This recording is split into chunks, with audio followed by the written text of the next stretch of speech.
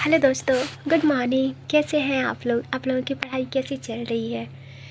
आइए आज हम लोग टेस्ट सीरीज का 5वां वीडियो देखने जा रहे हैं। इससे पहले 4 वीडियो अपलोड किया जा चुका है, जो कुछ कुछ पार्टों में, किसी में 20 क्वेश्चन, किसी में 25 क्वेश्चन करवाया जा चुका है। मैं पहले ही बता चुकी हूँ। स्पेशली ये बीपीएससी को टारगेट करके सिलेक्टेड क्वेश्चन को लाया गया है, जो केवल मॉडर्न हिस्ट्री से संबंधित है, जो एक्सपेक्टेड क्वेश्चन है। ठीक है, तो आज हम लोग 86 नंबर क्वेश्चन से स्टार्ट करेंगे। इससे पहले 85 नंबर क्वेश्चन तक करवाया जा चुका है। तो आइए देर ना करते हुए आज का पहला question, it means 86 number question देखते हैं। 86 नंबर का क्वेश्चन क्या कह रहा है कि 1835 में अंग्रेजी शिक्षा अधिनियम लागू होने के समय भारत का गवर्नर जनरल कौन था? तो अगर आपको ये पता है कि 1835 में गवर्नर जनरल कौन था, तो आप आराम से आंसर दे सकते हैं इसका। या फिर अंग्रेजी शिक्षा अधिनियम लागू होते समय गवर्नर जनरल कौन था, तब भी आप आंसर दे सकते हैं। तो इसका आंसर हो जाएगा ऑप्शन नंबर सी। क्या हो जाएगा? Option number C. उस समय गवर्नर जनरल कौन था? तो लॉर्ड विलियम बेंटिक था। कौन था? Lord William Bentinck.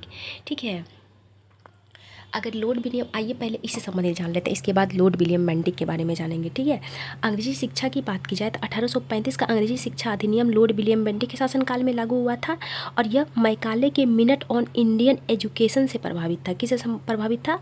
मैकाले के मिनट ऑन इंडियन एजुकेशन से प्रभावित था। इस अधिनियम में भारतीय विद्यालयों में शिक्षा का माध्यम अंग्रेजी को बनाने की वकालत की गई थी। साथ ही पश्चिमी विज्ञान व साहित्य के अध्ययन पर जोर दिया गया था इस शिक्षा नियम के अनुसार। ठीक है, इस नीति का उद्देश्य क्या था? तो इस नीति का उद्देश्य था पारंपरिक भारतीय शिक्षा प्रणाली को यूरोपीय ज्ञान से प्रतिस्थापित करना। ठीक है, जो औपनिवेशिक शिक्षा नीति में एक महत्वपूर्ण बदलाव का संकेत था। ये इस नियम का उद्देश्य था। अगर लॉर्ड विलियम बेंटिक की बात की जाए तो आइए थोड़ा सा इसके बारे में जान लेते हैं। अगर आपसे पूछा जाएगा कि भारत का प्रथम गवर्नर जनरल कौन था, तो ये भारत का प्रथम गवर्नर जनरल था। कौन था? भारत का प्रथम गवर्नर जनरल। ठीक है, भारत का प्रथम गवर्नर जनरल कौन था? तो भारत का प्रथम governor general Lord William Bentinck था। कौन था? Lord William Bentinck. इसी प्रकार से आपसे पूछा जाए कि बंगाल का अंतिम गवर्नर जनरल कौन था, तो बंगाल का अंतिम governor general Lord William Bentinck था, जबकि भारत का प्रथम governor general Lord William Bentinck था। ठीक है, बंगाल का अंतिम और भारत का प्रथम।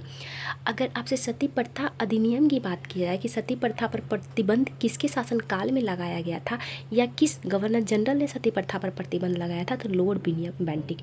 ठीक है, लॉर्ड विलियम बेंटिक ने ही सती प्रथा पर प्रतिबंध लगाया था। और कब लगाया था? तो 1829 में लगाया था। कब लगाया था? 1829 में।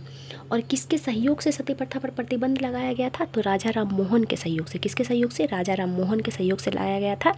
और सर्वप्रथम सती प्रथा पर प्रतिबंध लगाया, सती प्रथा अधिनियम जो लाया गया था उस पर प्रतिबंध लगाने के लिए, तो उस अधिनियम को सर्वप्रथम कहाँ लागू किया गया था?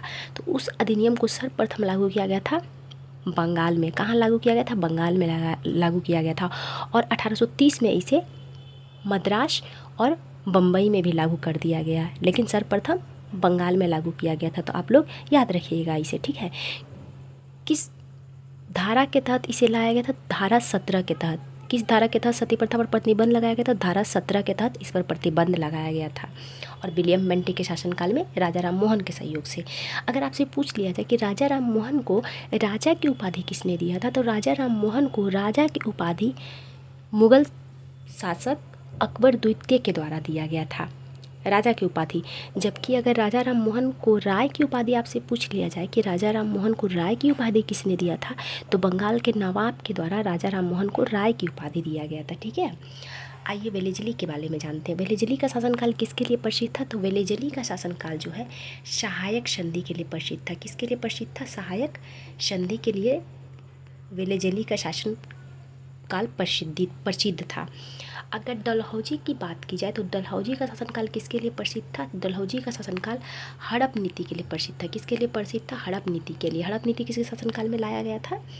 डॉक्ट्रिन ऑफ लेफ्ट जिसे कहा जाता है, या फिर हड़प नीति, तो लॉर्ड डलहौजी के शासनकाल में लाया गया था। ठीक है, अगर आपसे पूछा जाएगा कि भारत में सर्वप्रथम रेलवे या ट्रेन किसके शासन काल में चलाया गया था, तो भारत में सर्वप्रथम ट्रेन चलाया गया था डलहौजी के शासनकाल में। कब चलाया गया था? तो 16 अप्रैल 1853 को चलाया गया था। कब चलाया गया था? 16 अप्रैल 1853 को। कहाँ से कहाँ तक चलाया गया था? तो थाने से मुंबई चलाया गया था। कहाँ से चलाया गया था? थाने से मुंबई के। कुल कितना किलोमीटर चलाया गया था सर्वप्रथम ट्रेन को? तो 34 किलोमीटर चलाया गया था। कितने किलोमीटर? 34 किलोमीटर। ठीक है। डाक व्यवस्था सर्वप्रथम किसके शासनकाल में लाया गया था? तो इसी के शासनकाल में डाक व्यवस्था भी लाया गया था। ठीक है। आइए नेक्स्ट क्वेश्चन देखते हैं। नेक्स्ट क्वेश्चन क्या कह रहा है? बंकिम चंद्र चट्टोपाध्याय का अर्थ ऐतिहासिक उपन्यास आनंद मठ किस विद्रोह पर आधारित है? तो किस विद्रोह पर आधारित है? सन्यासी विद्रोह पर आधारित है। किस विद्रोह पर? सन्यासी विद्रोह पर। सन्यासी विद्रोह कब हुआ था? तो ये हुआ था 1763 से 1800 के बीच। कब हुआ था? 1763 से 1800 के बीच। और बंकिम चंद्र चट्टोपाध्याय का जो उपन्यास था आनंद मठ, उसमें किस विद्रोह का चर्चा था? सन्यासी विद्रोह का। ये क्वेश्चन बीपीएससी एग्ज़ाम में पूछा जा चुका है। इवन बीपीएससी के अलावे भी कई एग्जाम में पूछा जा चुका है। घुमा फिरा के पूछा गया। किसी में पूछा गया कि आनंद मठ उपन्यास में किस विद्रोह का चर्चा किया गया है, तो किसी में ये पूछा गया कि सन्यासी विद्रोह का चर्चा किस उपन्यास में किया गया है। कभी ये पूछ लिया गया है कि आनंद मठ उपन्यास किसके द्वारा लिखा गया है, तो बंकिम चंद्र चटर्जी के द्वारा लिखा गया। ठीक है।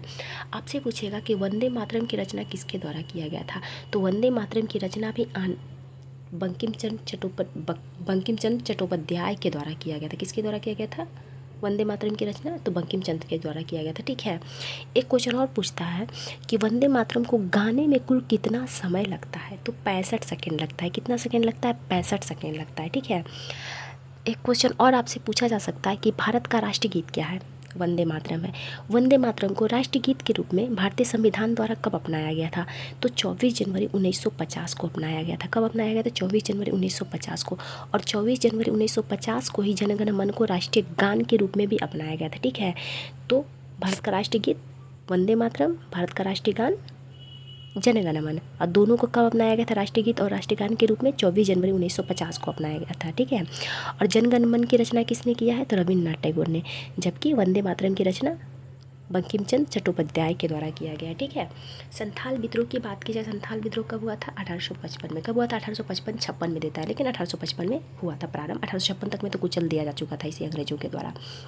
संथाल विद्रोह का नेतृत्व किसने किया था? तो संथाल विद्रोह का नेतृत्व किया था सिंधु और कान्हू ने। किसने किया था? सिंधु और कान्हू दो भाइयों थे, उन्हीं के द्वारा नेतृत्व किया गया था। हालांकि 4 भाई के द्वारा नेतृत्व किया गया था, लेकिन ज़्यादातर 2 ही भाई के बारे में देता है, सिंधु और कान्हू। लेकिन इनके साथ साथ चांद और भैरव भी थे जो इसका नेतृत्व किया था। इनकी 2 बहन भी थी, फूलो और झानो, उनके द्वारा भी इस विद्रोह में शामिल हुए थे। वो लोग भी 6 भाई बहन शामिल हुए थे, लेकिन सामान्यतः दोनों भाई के बारे में ही दिया जाता है, सिंधु और कान्हू के बारे में। ठीक है। मुंडा विद्रोह की अगर बात की जाए तो मुंडा विद्रोह कब हुआ था? कभी कभी 1895 से 1900 देता है, कभी कभी 1899 से 1900 देता है। तो ऑप्शन के अकॉर्डिंग आप लोग चूज कीजिएगा। ठीक है। मुंडा विद्रोह किसके नेतृत्व में हुआ था? तो बिरसा मुंडा के नेतृत्व में हुआ था। किसके नेतृत्व में हुआ था? बिरसा मुंडा के नेतृत्व में हुआ था मुंडा विद्रोह। ठीक है।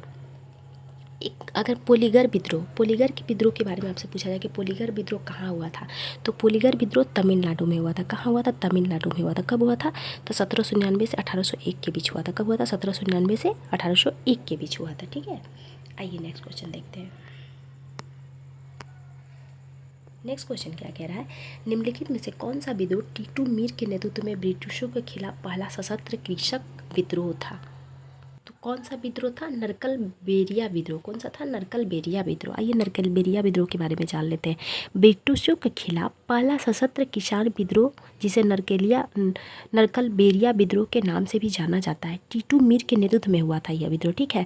यह विद्रोह 1831 में बंगाल के बरसात के पास स्थित नरकल बेरिया गाँव में हुआ था, और इसे भारत में ब्रिटिश शासन के खिलाफ पहला सशस्त्र किसान आंदोलन भी माना जाता है। टीटू मीर ने शोषित किसानों, जिनमें हिंदू मुसलमान दोनों शामिल थे, ठीक है, को अत्याचारी जमींदारों और ब्रिटिश निलहों के खिलाफ संगठित किया था। उन्होंने बांस का किला बनाकर इस विद्रोह का केंद्र बनाया था। किस विद्रोह का केंद्र बनाया था? बांस का किला बनाकर, तो नरकल बेरिया विद्रोह का केंद्र बनाया था। हालांकि यह आंदोलन ब्रिटिश और जमींदारों की संयुक्त सेना द्वारा कुचल दिया गया, और टीटू मीर की नवंबर 1831 में मृत्यु भी हो गई थी। ठीक है। अगर पागलपंथी विद्रोह की बात की जाए तो पागलपंथी विद्रोह किसके नेतृत्व में हुआ था? पागलपंथी विद्रोह करमशाह के नेतृत्व में हुआ था। किसके नेतृत्व में हुआ था? करमशाह के नेतृत्व में हुआ था। अगर कूका आंदोलन की बात की जाए तो कूका आंदोलन किसके नेतृत्व में हुआ था? कूका आंदोलन पहले हुआ क्या था? तो ये पंजाब के क्षेत्र में हुआ था। और किसके नेतृत्व में हुआ था? तो बाबा बालक सिंह और उनके शिष्य गुरु राम सिंह के नेतृत्व में कूका आंदोलन किया गया था। फराइजी विद्रोह की बात की जाए तो फराइजी विद्रोह किसके नेतृत्व में हुआ था? सरायतुल्ला के नेतृत्व में हुआ था। किसके नेतृत्व में हुआ था? सरायतुल्ला के नेतृत्व में फराइजी विद्रोह हुआ था। ठीक है, आइए नेक्स्ट क्वेश्चन देखते हैं। नेक्स्ट क्वेश्चन क्या कह रहा है? नेक्स्ट क्वेश्चन कह रहा है निम्नलिखित में से विधवा पुनर्विवाह संघ के संस्थापक कौन थे? तो विधवा पुनर्विवाह संघ के संस्थापक कौन थे? महादेव गोविंद रानाडे थे। कौन थे? एमजी रानाडे, जिसे महादेव गोविंद रानाडे के नाम से जाना जाता था, वही विधवा पुनर्विवाह संघ के संस्थापक थे। विधवा पुनर्विवाह संघ का स्थापना कब हुआ था? 1861 में हुआ था। कब हुआ था? 1861 में। और महादेव गोविंद रानाडे ने डेक्कन एजुकेशन सोसाइटी की स्थापना में महत्वपूर्ण भूमिका भी निभाई थी। उन्होंने पूना सार्वजनिक सभा की स्थापना रानाडे का दृढ़ विश्वास था कि कठोर धार्मिक मान्यताओं में सुधार किए बिना सामाजिक, आर्थिक, राजनीतिक क्षेत्रों में प्रगति असंभव है। कभी कभी यह लाइन उठाकर सीधा स्टेटमेंट के तौर पे पूछ लेगा आपसे कि यह स्टेटमेंट किसका है, कि दृढ़ विश्वास था कि कठोर धार्मिक मान्यताओं में सुधार के बिना, ठीक है, धार्मिक मान्यताओं में सुधार के बिना सामाजिक, आर्थिक और राजनीतिक क्षेत्रों में प्रगति असंभव है। तो यह कथन किसका था? एमजी रानाडे का था। ठीक है, किसका था? एमजी रानाडे का था। और एमजी रानाडे की अगर बात की जाए तो इन्हें महाराष्ट्र के शुकरात के नाम से भी जाना जाता है। किस नाम से जाना जाता है? महाराष्ट्र के शुकरात के नाम से भी एमजी रानाडे को जाना जाता है।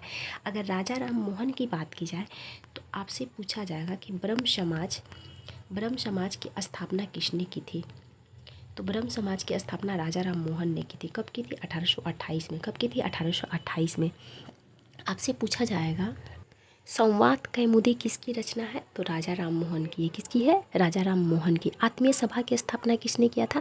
तो आत्मीय सभा की स्थापना राजा राम मोहन ने की थी। किसने की थी? राजा राम मोहन ने। कब की थी? 1815 में की थी। कब की थी? 1815 में आत्मीय सभा की स्थापना किया था इन्होंने। कहाँ? कलकत्ता में। आपसे पूछा जाएगा कि सती प्रथा का विरोध किसने किया था? तो सती प्रथा का विरोध राजा राम मोहन ने किए थे। किसने किए थे? राजा राम मोहन ने। और इन्हीं के सहयोग से सती प्रथा अधिनियम भी लाया गया था। सती प्रथा प्रतिषेध अधिनियम किसके सहयोग से लाया गया था? तो राजा राम मोहन के सहयोग से। लॉर्ड विलियम बेंटिक जो भारत के गवर्नर जनरल थे उन्हीं के द्वारा लाया गया था, लेकिन राजा राम मोहन के सहयोग से। ठीक है, आपसे पूछा जाएगा कि किस समाज सुधारक की मृत्यु इंग्लैंड के ब्रिस्टल शहर में हो गई थी? तो इंग्लैंड के ब्रिस्टल शहर में राजा राम मोहन की मृत्यु हो गई थी। कब हुई थी? 1830 में हो गई थी। तब हुई थी इनकी मृत्यु जब मुग़ल साम्राज्य यानी कि मुग़ल सम्राट अकबर द्वितीय ने इन्हें अपने पेंशन की सिफारिश के लिए इंग्लैंड भेजा था कि वहाँ जाकर सिफारिश कीजिए कि मेरे पेंशन को बढ़ाया जाए। उसी दरमियान इनकी मृत्यु मेनिंजाइटिस नामक बीमारी से हो गई थी। कहाँ हो गई थी? ब्रिस्टल शहर में हो गई थी। इंग्लैंड के ब्रिस्टल शहर में। ठीक है, राजा राम मोहन को राजा की उपाधि किसने दिया था? तो अकबर द्वितीय के द्वारा दिया गया था। वही अकबर द्वितीय जिन्होंने पेंशन बढ़ाने की सिफारिश को लेकर इन्हें इंग्लैंड भेजा था, उन्हीं के द्वारा इन्हें राजा की उपाधि दिया गया था। और राय की उपाधि इन्हें किसके द्वारा दिया गया था? तो राय की उपाधि इन्हें दिया गया था बंगाल के नवाब के द्वारा। किसके द्वारा? बंगाल के नवाब के द्वारा। ठीक है, आत्माराम पांडुरंग की बात की जाए तो आपसे पूछा जाएगा कि प्रार्थना समाज की स्थापना किसने किया था? तो प्रार्थना समाज की स्थापना आत्माराम पांडुरंग ने की थी। किसने की थी? आत्माराम पांडुरंग ने की थी। रामकृष्ण परमहंस कौन थे? तो ये स्वामी विवेकानंद के गुरु थे। कौन थे? स्वामी विवेकानंद के गुरु। और दक्षिणेश्वर काली माँ के मंदिर में रहने वाले पुजारी भी थे। कौन थे? रामकृष्ण परमहंस। ठीक है, आइए नेक्स्ट क्वेश्चन देखते हैं। नेक्स्ट क्वेश्चन क्या कह रहा है? 1854 के बूट्स डिस्पैच, ठीक है, बूट्स डिस्पैच के बारे में निम्नलिखित कथनों पर विचार कीजिए। क्या कथन है? यह लॉर्ड कैनिंग के कार्यकाल के दौरान जारी किया गया था। क्या ये सही कथन है? बिल्कुल नहीं, ये गलत कथन है, क्योंकि 1854 किसका शासनकाल था? लॉर्ड डलहौजी के शासनकाल था। और लॉर्ड डलहौजी के शासनकाल में ही बूट डिस्पैच लाया गया था, जो शिक्षा पर आधारित था। किस पर आधारित था? शिक्षा पर आधारित था। ऐसे शिक्षा का मैग्ना कार्टा भी कहा जाता है। क्या कहा जाता है? मैग्ना कार्टा के नाम से भी जाना जाता है। और ये क्या कह रहा है? कि लॉर्ड कैनिंग के शासनकाल में लाया गया था। लॉर्ड कैनिंग का शासनकाल तो 56 से शुरू होता है, 1856 से, ठीक है, इसलिए ये कथन गलत है। इसने महिलाओं की शिक्षा और शिक्षा प्रशिक्षण स्कूल की स्थापना को प्रोत्साहित किया था। ये बिल्कुल सही है, ऑप्शन बी सही कथन है। ऑप्शन सी क्या कह रहा है? ऑप्शन सी कह रहा है कि संपूर्ण भारत में शिक्षा के सभी स्तरों के लिए अंग्रेजी को शिक्षण माध्यम के रूप में अनुशंसित किया गया था। क्या ये सही कथन है? बिल्कुल नहीं, ये भी गलत है। तो इसका सही आंसर क्या हो जाएगा? इसका सही आंसर हो जाएगा केवल ए। क्या सही आंसर हो जाएगा? केवल ए। ये कुट में दिया गया है क्या? शायद उपरोक्त में से गलत कथन, अच्छा सॉरी, गलत कथन बोल रहा है। गलत कथन 1 और 3, क्योंकि इसका 2 नंबर क्वेश्चन सही है, 2 नंबर ऑप्शन सही है, तो इसका गलत कथन हो जाएगा 1 और 3। आइए इसे संबंधित कुछ क्वेश्चन देख लेते हैं। ये क्या कहना चाह रहा है कि वुड डिस्पेच किसके शासनकाल में लाया गया था? क्वेश्चन के अकॉर्डिंग कैनिंग, लेकिन कैनिंग के शासनकाल में नहीं लाया गया था। किसके शासनकाल में लाया गया था? लॉर्ड डलहौजी का। तो 1854 में इस एक्ट को लाया गया था। सर चार्ल्स वुड द्वारा जारी किया गया एक नीति दस्तावेज था जो ईस्ट इंडिया कंपनी के प्रभारी थे। उन्होंने भारत के गवर्नर जनरल लॉर्ड डलहौजी को यह पत्र लिखा था, ठीक है। वुड डिस्पेच ने महिलाओं को शिक्षित करने पर महत्व जोर दिया। क्या किया? महत्व पर शिक्षित करने के महत्व पर जोर दिया और शिक्षण प्रशिक्षण स्कूलों की स्थापना करने का सुझाव दिया। इन पहलों का उद्देश्य शिक्षा के समग्र गुणवत्ता में सुधार करना और भारतीय समाज के व्यापक वर्ग के लिए शिक्षा को सुलभ बनाना था। वुड डिस्पेच ने उच्च शिक्षा के लिए शिक्षा के माध्यम के रूप में अंग्रेजी की सिफारिश की, लेकिन प्राथमिक स्तर पर स्थानीय भाषाओं का उपयोग किया जाना था, ठीक है। इसने अंग्रेजी का सिफारिश तो किया था, लेकिन उच्च शिक्षा में सिफारिश किया था कि अंग्रेजी उच्च शिक्षा में होनी चाहिए, लेकिन प्राथमिक स्तर पर स्थानीय भाषाओं का उपयोग किया जाना चाहिए था। उन्होंने ऐसा सिफारिश की थी। जबकि आपका क्वेश्चन क्या करा? Option number 3। ऑप्शन नंबर 3 करा कि संपूर्ण भारत में शिक्षा के सभी स्तरों के लिए अंग्रेजी को शिक्षण माध्यम के रूप में अनुशंसित किया था, इसलिए ऑप्शन सी यानी कि ऑप्शन नंबर 3 गलत हो जा रहा है, ठीक है। आइए नेक्स्ट क्वेश्चन देखते हैं। 1857 के विद्रोह के समय पटना के कमिश्नर कौन थे? तो 1857 के समय पटना के कमिश्नर कौन थे? विलियम टेलर थे। कौन थे? विलियम टेलर थे। 1857 के विद्रोह के दौरान पटना के कमिश्नर विलियम टेलर थे, जिन्होंने 1855 से 1857 तक पटना डिवीजन में इस पद पर कार्य किया। टेलर ने विशेष रूप से पीर अली खान के नेतृत्व में भड़के विद्रोह को दबाने में महत्वपूर्ण भूमिका निभाई थी। पीर अली कौन थे? तो अगर आपसे पूछ लिया जाए 1857 के विद्रोह का नेतृत्व पटना से किसने किया था? तो पटना से पीर अली ने किया था।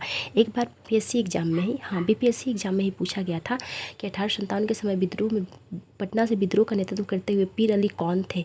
तो पीर अली एक मामूली सा पुस्तक विक्रेता थे। कौन थे? एक मामूली सा पुस्तक विक्रेता थे। उन्होंने 1857 का विद्रोह पटना से किए थे। कहाँ से किए थे? पटना से किए थे।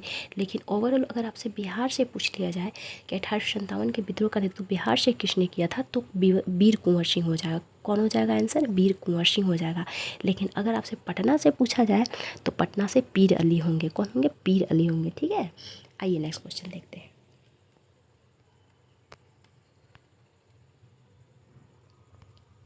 नेक्स्ट क्वेश्चन क्या कह रहा है? एक मिनट। हाँ, नेक्स्ट क्वेश्चन क्या कह रहा है आइए देखते हैं। 1884 में जब कलकत्ता में एशियाटिक सोसाइटी की स्थापना हुई थी, तब बंगाल का गवर्नर जनरल कौन था? तो यानी कि 1884 में बंगाल का गवर्नर जनरल कौन था? उस समय कौन था? उस समय गवर्नर जनरल था वारेन हेस्टिंग। कौन था? वारेन हेस्टिंग था, ठीक है। गवर्नर जनरल कौन था? Warren Hasting. 1784 बोल रहा है, 1884 1784, ठीक है। तो आपसे क्वेश्चन पूछा जा सकता है एशियाटिक सोसाइटी की स्थापना कब हुई थी? तो एशियाटिक सोसाइटी की स्थापना 1784 में हुई थी। कब हुई थी? 1784 में। दूसरा क्वेश्चन आपसे पूछा जा सकता है कि एशियाटिक सोसाइटी की स्थापना कहाँ हुई थी? तो कहाँ हुई थी? बंगाल में हुई थी। बंगाल के कलकत्ता में हुई थी। कहाँ हुई थी? बंगाल के कलकत्ता में। और तीसरा क्वेश्चन यही जो अभी आपसे पूछ लिया है कि उस समय गवर्नर जनरल कौन था बंगाल का? तो उस समय गवर्नर जनरल कौन था? वारेन हेस्टिंग था। कौन था? वारेन हेस्टिंग था। अगर आपसे पूछ लिया जाए कि वारेन हेस्टिंग का कार्यकाल कब से कब तक था, तो पहला नंबर तो आप ये जान लीजिए कि वारेन हेस्टिंग का कार्यकाल 1772 से 1785 तक था। कब से कब तक था? 1772 से 1785 तक था। एक क्वेश्चन वारेन हेस्टिंग से बहुत ही इंपॉर्टेंट पूछा जाता है कि बंगाल में द्वैत शासन की समाप्ति किसने किया था? तो द्वैत शासन की समाप्ति किसके द्वारा किया गया था? वारेन हेस्टिंग के द्वारा। जबकि द्वैत शासन लगाया किसके द्वारा गया था? तो लॉर्ड क्लाइव के द्वारा लगाया गया था। किसके द्वारा लगाया गया था? लॉर्ड क्लाइव के द्वारा लगाया गया था। जबकि वारेन हेस्टिंग के द्वारा हटाया गया था। चौथा क्वेश्चन आपसे पूछा जा सकता है कि बंगाल का प्रथम गवर्नर जनरल कौन था। तो बंगाल का प्रथम गवर्नर जनरल वारेन हेस्टिंग था। कौन था? वारेन हेस्टिंग था। अगर वहीं आपसे पूछ लिया जाए कि बंगाल का प्रथम गवर्नर कौन था, तो बंगाल का प्रथम गवर्नर लॉर्ड क्लाइव था। कौन था? लॉर्ड क्लाइव था। जबकि प्रथम गवर्नर जनरल वारेन हेस्टिंग था। ठीक है। और सर विलियम जोन्स द्वारा एशियाटिक सोसाइटी की स्थापना किया गया था। किसके द्वारा किया गया था? एशियाटिक सोसाइटी की स्थापना। तो एशियाटिक सोसाइटी की स्थापना किया गया था विलियम जोन्स के द्वारा। कब किया गया था? 1784 में। कहाँ किया गया था? बंगाल में किया गया था। इस समय गवर्नर जनरल कौन था? तो इस समय गवर्नर जनरल था वारेन हेस्टिंग। कौन था? Warren Hastings. ठीक है। आइए नेक्स्ट क्वेश्चन देखते हैं। लॉर्ड वेलेजली की बात की जाए तो पिछले क्वेश्चन में मैं बता चुकी हूँ कि लॉर्ड वेलेजली का शासनकाल सहायक संधि के लिए प्रसिद्ध है। किसके लिए प्रसिद्ध है? सहायक संधि के लिए। विलियम बेंटिक की बात की जाए तो बंगाल का अंतिम गवर्नर जनरल कौन था? तो बंगाल का अंतिम गवर्नर जनरल विलियम बेंटिक था। भारत का प्रथम गवर्नर जनरल कौन था? तो भारत का प्रथम गवर्नर जनरल विलियम बेंटिक था। कौन था? William Bentinck. कार्नवालिस की बात की था 1793 में। कब? 1793 में अस्थाई बंदोबस्त किसके द्वारा लागू किया गया था? तो कार्नवालिस के द्वारा लागू किया गया था। किसके द्वारा लागू किया गया था अस्थाई बंदोबस्त? तो कार्नवालिस के द्वारा किया गया था। किसके द्वारा? लॉर्ड कार्नवालिस के द्वारा। ठीक है। आइए नेक्स्ट क्वेश्चन देखते हैं। नेक्स्ट क्वेश्चन क्या कह रहा है? नेक्स्ट क्वेश्चन कह रहा है लेडी ऑफ द लैक कविता किसने लिखी थी? तो लेडी ऑफ द लैक कविता किसके द्वारा लिखा गया था? ये कविता लिखा गया था सरोजिनी नायडू के द्वारा। किसके द्वारा लिखा गया था? सरोजिनी नायडू के द्वारा। अगर सरोजिनी नायडू की बात की जाए तो आपसे पूछा जाएगा कि भारत की प्रथम महिला गवर्नर जनरल कौन थी? तो भारत की प्रथम महिला गवर्नर जनरल कौन थी? भारत की प्रथम महिला गवर्नर जनरल तो वो थी, कौन थी? सरोजिनी नायडू। कौन थी? सरोजिनी नायडू भारत की प्रथम महिला गवर्नर जनरल या भारत की प्रथम महिला राज्यपाल थी। ठीक है। अगर आपसे पूछा जाए कि भारतीय राष्ट्रीय कांग्रेस की प्रथम भारतीय महिला अध्यक्ष कौन थी? तो भारतीय राष्ट्रीय कांग्रेस की प्रथम भारतीय महिला अध्यक्ष सरोजिनी नायडू थी। ठीक है। लेकिन अगर वहीं आपसे पूछ लिया जाए कि भारतीय राष्ट्रीय कांग्रेस की प्रथम महिला अध्यक्ष कौन थी? तो प्रथम महिला अध्यक्ष एनी बेसेंट थी। जबकि प्रथम भारतीय महिला अध्यक्ष तो सरोजिनी नायडू थी। कौन थी? सरोजिनी नायडू थी। ठीक है। राजा राम मोहन की बात की जाए तो राजा राम मोहन के बारे में मैं बहुत बार बता चुकी, फिर से मैं बता दे रही हूँ। अगर आपसे पूछा जाएगा कि ब्रह्म समाज की स्थापना किसने की थी? तो ब्रह्म समाज की स्थापना राजा राम मोहन के द्वारा किया गया था। कब किया गया था? 1828 में किया गया था। आत्मीय सभा की स्थापना किसके द्वारा किया गया था? तो राजा राम मोहन के द्वारा किया गया था। किसके द्वारा किया गया था? राजा राम मोहन के द्वारा। राजा राम मोहन को राजा की उपाधि किसने दिया था? अकबर द्वितीय ने दिया था। राजा की उपाधि किसने दिया था? तो बंगाल के नवाब के द्वारा दिया गया था। किसके द्वारा दिया था? बंगाल के नवाब के द्वारा। ठीक है। ज्योतिबा फूले की बात की जाए तो आपसे पूछा जाएगा गुलाबगिरी नामक पुस्तक की रचना किसने किया था? तो गुलामगिरी नामक पुस्तक की रचना ज्योतिबा फूले के द्वारा किया गया था। किसके द्वारा किया गया था? ज्योतिबा फूले के द्वारा। ठीक है। सत्यशोधक समाज की स्थापना किसने की थी? तो सत्यशोधक समाज की स्थापना ज्योतिबा फूले ने किया था। किसने किया था? ज्योतिबा फूले ने। सावित्रीबाई किनकी वाइफ थी? तो सावित्रीबाई ज्योतिबा फूले की वाइफ थी। किसकी वाइफ थी? ज्योतिबा फूले की वाइफ थी। ठीक है। आइए नेक्स्ट क्वेश्चन देखते हैं। नेक्स्ट क्वेश्चन क्या कह रहा है? नेक्स्ट क्वेश्चन कह रहा है किसे स्वर्ग से उतरा सेनानायक के रूप में जाना जाता है? तो किसे जाना जाता है? रॉबर्ट क्लाइव को जाना जाता है। किसे जाना जाता है? रॉबर्ट क्लाइव को जाना जाता है, जो बंगाल का प्रथम गवर्नर था। कौन था? बंगाल का प्रथम गवर्नर। और बंगाल में द्वैत शासन किसने लागू किया था? तो रॉबर्ट क्लाइव ने ही लागू किया था। विलियम बेंटिक बंगाल का अंतिम गवर्नर जनरल, भारत का प्रथम गवर्नर जनरल। ठीक है। कौन था? बंगाल का अंतिम गवर्नर जनरल और भारत का प्रथम गवर्नर जनरल।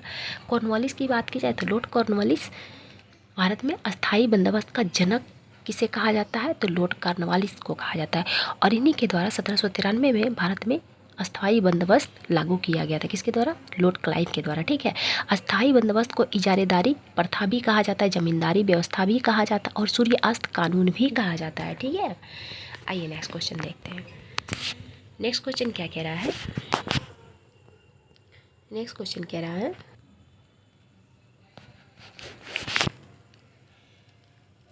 अगर बात की जाए जस्टिस की, क्या पूछ रहा है? कौन सा सुमेलित नहीं है? तो इसका ऑप्शन हो जाएगा ऑप्शन ए, सुमेलित नहीं है। ठीक है। लीडर ये सही है, मदन मोहन मालवीय के द्वारा निकाला गया था। न्यू इंडिया भी एनिमेशन के द्वारा निकाला गया था। बॉम्बे क्रोनिकल फिरोज शाह मेहता के द्वारा निकाला गया था। ठीक है। न्यू इंडिया के अलावा कॉमन बिल भी समाचार पत्र किसके द्वारा निकाला गया था? तो एनी बेसेंट के द्वारा निकाला गया था, ठीक है। और एनी बेसेंट के द्वारा होम रूल लीग का स्थापना किया गया था। और होम रूल लीग का प्रचार प्रसार किस समाचार पत्र के द्वारा किया गया था? एनी बेसेंट के द्वारा। तो न्यू इंडिया और कॉमन बिल नामक समाचार पत्र के द्वारा अपना होम रूल लीग का प्रचार प्रसार की थी कौन? एनी बेसेंट, ठीक है। लीडर किसके द्वारा निकाला गया था? तो मदन मोहन मालवीय के द्वारा। बॉम्बे क्रॉनिकल किसके द्वारा निकाला गया था? फिरोज शाह मेहता के द्वारा। और जस्टिस किसके द्वारा निकाला गया था? जस्टिस टीएम नायर के द्वारा। किसके द्वारा? टीएम नायर के द्वारा निकाला गया था, ठीक है। आइए नेक्स्ट क्वेश्चन देखते हैं। हाँ सॉरी, एक न्यू इंडिया को भी देख लीजिए। न्यू इंडिया और यंग इंडिया में बहुत कन्फ्यूजन होता है। न्यू इंडिया एनी बेसेंट के द्वारा निकाला गया समाचार पत्र है, जबकि यंग इंडिया जब महात्मा गांधी के द्वारा निकाला गया समाचार पत्र। किसके द्वारा? महात्मा गांधी के द्वारा। कौन सा समाचार पत्र? यंग इंडिया निकाला गया था, ठीक है। आइए नेक्स्ट क्वेश्चन देखते हैं। नेक्स्ट क्वेश्चन क्या कह रहा है? अमर सिंह ने किस क्षेत्र की पहाड़ियों में अंग्रेज के खिलाफ गुरिल्ला युद्धपत्ति का शुरुआत किया था? तो कैमूर की पहाड़ी से। किस पहाड़ी से? कैमूर की पहाड़ी से शुरुआत किया था गुरिल्ला युद्धपत्ति का, ठीक है। अमर सिंह 1857 के भारतीय विद्रोह के एक महत्वपूर्ण नेता थे और खास करके बिहार के क्षेत्र में। और ये कौन थे? ये वीर कुंवर सिंह के भाई थे, ठीक है। वे प्रसिद्ध विद्रोही बाबू कुंवर सिंह के भाई थे। कुंवर सिंह के निधन के बाद अमर सिंह ने शाहाबाद जिले में विद्रोह की बागडोर संभाली और अंग्रेजों के विरुद्ध संघर्ष को जारी रखा। उन्होंने अपनी सेनाओं का नेतृत्व किया, एक समानांतर सरकार स्थापित की थी। किसने समानांतर सरकार स्थापित की थी? तो अमर सिंह ने। और ब्रिटिश सेना के विरुद्ध डटे रहे। अमर सिंह ने बिहार के कैमूर की पहाड़ियों में अंग्रेजों के खिलाफ छापामार युद्ध की शुरुआत की थी। किसने की थी? अमर सिंह ने की थी, ठीक है। आइए नेक्स्ट क्वेश्चन देखते हैं। स्वामी विवेकानंद द्वारा रामकृष्ण मिशन की औपचारिक स्थापना कब की गई थी? तो कब की गई थी? 1897 में। कब की थी? 1897 में की थी। और कहाँ की थी रामकृष्ण मिशन की स्थापना? तो कलकत्ता में किया गया था। कहाँ किया गया था? कलकत्ता में, ठीक है। इन्हीं के द्वारा वेदांत सोसाइटी की स्थापना की गई थी। तो स्वामी विवेकानंद के द्वारा वेदांत सोसाइटी की स्थापना कहाँ की गई थी? पहला क्वेश्चन तो ये पूछा जा सकता है आपसे, कहाँ किया गया था? तो ये न्यूयॉर्क में किया गया था। यूएसए के न्यूयॉर्क में वेदांत सोसाइटी की स्थापना किया गया था, ठीक है। और कब किया गया था? तो शायद 1894 में किया गया था। 1894-95 वेदांत सोसाइटी की स्थापना की गई थी। थोड़ा सा मिसमाइंड हो रहा है, 1894 या 1896 था वेदांत सोसाइटी की स्थापना। आप लोग देख लीजिएगा एक बार, ठीक है। कहाँ किया गया था? तो न्यूयॉर्क में किया गया था। प्रथम विश्व धर्म सम्मेलन का नेतृत्व भारत की तरफ से किसने किया था? तो स्वामी विवेकानंद ने किया था। कहाँ हुआ था? तो अमेरिका के शहर शिकागो में हुआ था। कहाँ हुआ था? अमेरिका के शहर शिकागो में हुआ था, ठीक है। कौन सा? प्रथम विश्व धर्म सम्मेलन। किसने प्रतिनिधित्व किया था भारत की तरफ से? तो स्वामी विवेकानंद ने। एक क्वेश्चन और पूछा जाता है कि स्वामी विवेकानंद का वास्तविक नाम क्या था? तो नरेंद्र दत्त था। क्या था? नरेंद्र दत्त स्वामी विवेकानंद का वास्तविक नाम था। तो इन्हें स्वामी विवेकानंद की उपाधि किसने दी थी? इन्हें स्वामी विवेकानंद की उपाधि राजस्थान के खेतड़ी के महाराज अजीत सिंह के द्वारा दिया गया था। किसके द्वारा दिया गया था? राजस्थान के खेतड़ी के महाराजा अजीत सिंह के द्वारा इन्हें स्वामी विवेकानंद की उपाधि दी गई थी, जब ये शिकागो जा रहे थे धर्म सम्मेलन का नेतृत्व करने के लिए, ठीक है, तब दिया गया था इनको। एक क्वेश्चन पूछा जाता है कि इनके द्वारा कौन कौन सा पुस्तक लिखा गया था? तो कर्मयोग, धर्मयोग, कौन सा? कर्मयोग, धर्मयोग, राजयोग किसके द्वारा लिखा गया था? तो स्वामी विवेकानंद के द्वारा लिखा गया था। और मैं समाजवादी हूँ, क्या? मैं समाजवादी हूँ किसके द्वारा लिखा गया था? तो मैं समाजवादी हूँ पुस्तक भी स्वामी विवेकानंद के द्वारा लिखा गया था, ठीक है। एक क्वेश्चन पूछा जाता है कि स्वामी विवेकानंद का जन्म कब हुआ था? तो 1863 में हुआ था। कब हुआ था? 1863 में। इनकी मृत्यु कब हुई थी? तो 1902 में हो गई थी। मात्र ये 39 साल ही जीवित रहते। कितने दिन? मात्र 39 साल। 1863 में इनका जन्म हुआ था। 1902 में इनकी मृत्यु भी हो गई थी। एक क्वेश्चन पूछा जाता है कि इनके गुरु कौन थे? तो कौन थे? रामकृष्ण इनके गुरु थे। परमहंस रामकृष्ण इनके गुरु थे। किनके गुरु? स्वामी विवेकानंद के गुरु थे, ठीक है। आइए नेक्स्ट क्वेश्चन देखते हैं। नेक्स्ट क्वेश्चन क्या पूछ रहा है? मोहम्मदन एंग्लो ओरिएंटल कॉलेज की स्थापना किस वर्ष हुई थी? तो किस वर्ष हुई थी? 1875 में हुई थी। कब हुई थी? 1875 में। आइए पहले ऊपर वाले क्वेश्चन का उद्देश्य बता दे रहे हैं, क्योंकि कई बार उद्देश्य भी पूछ दिया है कि रामकृष्ण परमहंस का उद्देश्य था क्या था। तो इसका उद्देश्य था वेदांत के प्रसार, सामाजिक सेवा तथा शिक्षा। तथा क्या था, तथा स्वास्थ्य के माध्यम से मानवता का उत्थान करना। ठीक है, यह संगठन धार्मिक सद्भाव पर विशेष बल देता है। कौन सा? रामकृष्ण परमहंस। ठीक है, परमहंस रामकृष्ण, कौन सा? रामकृष्ण मिशन। ठीक है, नेक्स्ट क्वेश्चन हम लोग क्या देख रहे थे, जो मैं वापस आ गई थी, हाँ ये क्वेश्चन देख रही थी।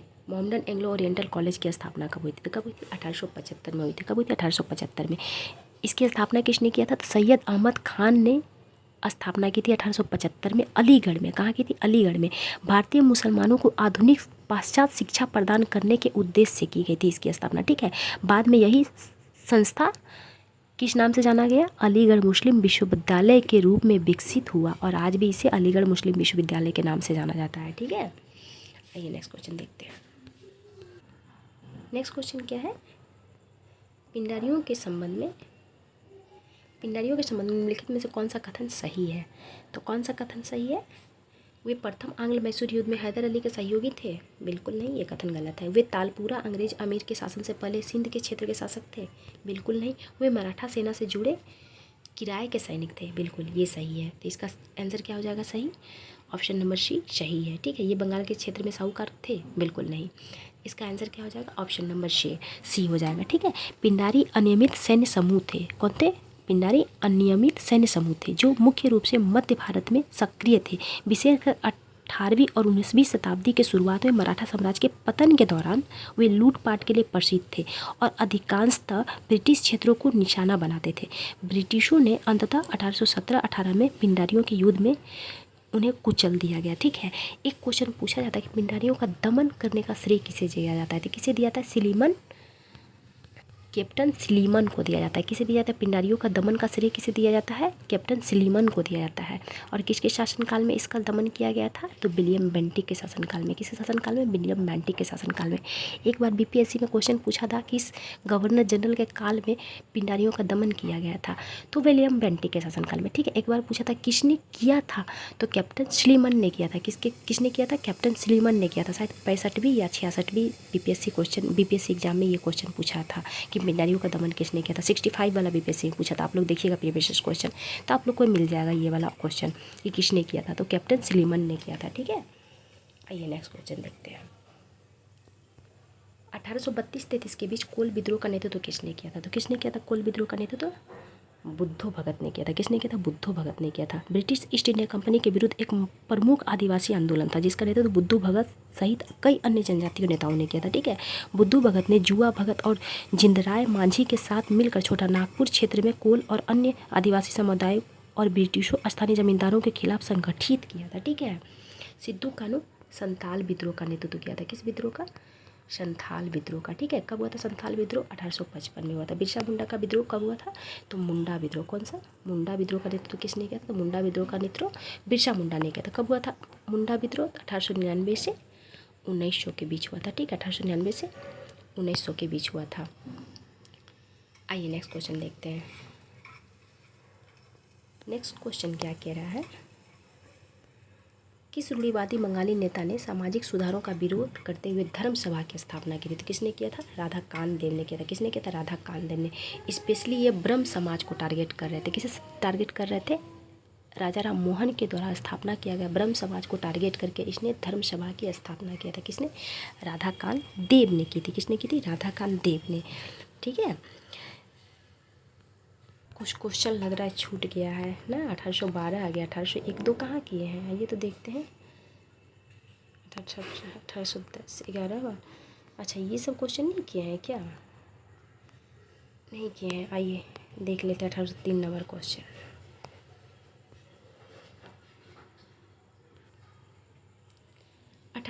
के विद्रोह को किसने सभ्यता और बर्बरता के बीच का संघर्ष बताया था? तो किसने बताया था? ये बताया गया था टी.आर. होम्स के द्वारा। किसके द्वारा बताया गया था? टी.आर. होम्स के द्वारा। ठीक है, टी.आर. होम्स ने 1857 के विद्रोह को सभ्यता एवं बर्बरता के टकराव में चिन्हित किया था जो उस समय औपनिवेशिक मानसिकता को दर्शाता। इस दृष्टिकोण का उद्देश्य भारतीय प्रतिरोध को अवैध ठहराना था और ब्रिटिश साम्राज्य को एक सभ्य बनाने वाले मिशन के रूप में उचित ठहराना था। ठीक है, 1857 के विद्रोह को वी डी सावरकर ने क्या कहा था? तो वी डी सावरकर ने प्रथम स्वतंत्रता संग्राम कहा था। क्या कहा था? प्रथम स्वतंत्रता संग्राम कहा था। ठीक है, आइए नेक्स्ट क्वेश्चन देखते हैं। 4 नंबर क्वेश्चन क्या कह रहा है? तहजीब उल अखलाक पत्रिका जिसकी स्थापना सर सैयद अहमद खान ने की थी, के माध्यम से किस आंदोलन को प्रोत्साहित किया गया था। मतलब इस अखबार के द्वारा किस आंदोलन को प्रोत्साहित किया गया था, तो ये प्रोत्साहित किया गया था अलीगढ़ आंदोलन को। किस आंदोलन को? अलीगढ़ आंदोलन को। ठीक है। तहजीब उल अखलाक, जिसका अर्थ नैतिकता का परिष्कार है। क्या है? नैतिकता का परिष्कार। एक पत्रिका थी जिसकी स्थापना सर सैयद अहमद खान ने 1871 में की थी और इसका प्रकाशन 1897 तक हुआ था। यह पत्रिका भारतीय मुसलमानों के बीच शिक्षा, सामाजिक और नैतिक सुधार के प्रयासों के लिए एक महत्वपूर्ण मंच थी। इसमें सामाजिक, सांस्कृतिक, शैक्षिक और धार्मिक मुद्दों पर लेख प्रकाशित होते थे और इसने अलीगढ़ आंदोलन के उद्देश्य को आगे बढ़ाने में अहम भूमिका निभाई थी। ठीक है। कौन सा? अलीगढ़ आंदोलन को, ठीक है, आगे बढ़ाने के लिए इस पत्रिका का प्रकाशन किया गया था। किसके द्वारा? सर सैयद अहमद खान के द्वारा। कब से प्रकाशन करना इसका शुरू किया गया था? 1871 से। कब तक प्रकाशन हुआ था? 1897 तक प्रकाशन हुआ था। ठीक है। खिलाफत आंदोलन की शुरुआत कब हुई थी? तो 1919 में हुई थी। कब हुई थी? 1919 में। स्वदेशी आंदोलन की शुरुआत कब हुई थी? 1905 में हुई थी। ठीक है। कब हुई थी? 1905 में। कब? 7 अगस्त 1905 को स्वदेशी आंदोलन की शुरुआत हुई थी। आइए नेक्स्ट क्वेश्चन देखते हैं। नेक्स्ट क्वेश्चन क्या कह रहा है? किस मुगल सम्राट ने इलाहाबाद की संधि पर हस्ताक्षर की थी? तो किसने किया था? शाह आलम द्वितीय ने। किसने किया था? शाह आलम द्वितीय ने। और इलाहाबाद की संधि कब हुई थी? 12 अगस्त 1765 को हुई थी। किसके बीच हुई थी? शाह आलम द्वितीय और रॉबर्ट क्लाइव के बीच हुई थी। कब हुई थी? तो बक्सर युद्ध के पश्चात हुई थी। कब हुई थी? बक्सर युद्ध के पश्चात। और बक्सर युद्ध हुआ कब था? 22 अक्टूबर 1764 को हुआ था। बक्सर युद्ध के पश्चात 2 इलाहाबाद की संधि हुई थी। कितने इलाहाबाद की संधि थी? 2 इलाहाबाद की संधि हुई थी। एक हुआ था 12 अगस्त 1765 को, जो रॉबर्ट क्लाइव और मुगल सम्राट शाह आलम द्वितीय के बीच हुई थी। ठीक है। शाह आलम द्वितीय का वास्तविक नाम क्या था? अली गौहर। क्या नाम था? अली गौहर। कई बार इसका वास्तविक नाम भी पूछा जा चुका है। शाह आलम द्वितीय का वास्तविक नाम क्या था? अली गौहर। ठीक है। दूसरा इलाहाबाद का संधि हुआ था 16 अगस्त 1765 को। कब हुई थी? 16 अगस्त 1765 को। ये किसके बीच हुआ था? तो रॉबर्ट क्लाइव और अवध के नवाब शुजाउद्दौला खान के बीच हुआ था। किसके हुआ था? रॉबर्ट क्लाइव जो बंगाल का गवर्नर था और अवध का नवाब शुजाउद्दौला के बीच हुआ था दूसरा इलाहाबाद की संधि। ठीक है। और इसके बीच भी बक्सर युद्ध के बाद ही हुआ था। बहादुर शाह प्रथम की बात की जाए तो औरंगजेब की मृत्यु के बाद गद्दी पर कौन बैठा था? तो बहादुर शाह प्रथम बैठा था, जो औरंगजेब का बेटा था। मुअज्जम, इसका वास्तविक नाम क्या था? मुअज्जम। मुअज्जम ने बहादुर शाह प्रथम के उपाधि के साथ मुगल सम्राट की गद्दी पर बैठा था। और मुगल सम्राट का अंतिम नवाब कौन था? तो अकबर द्वितीय था, जिसे क्या नाम से जाना जाता है? बहादुर शाह जफर के नाम से भी जाना जाता है। ठीक है।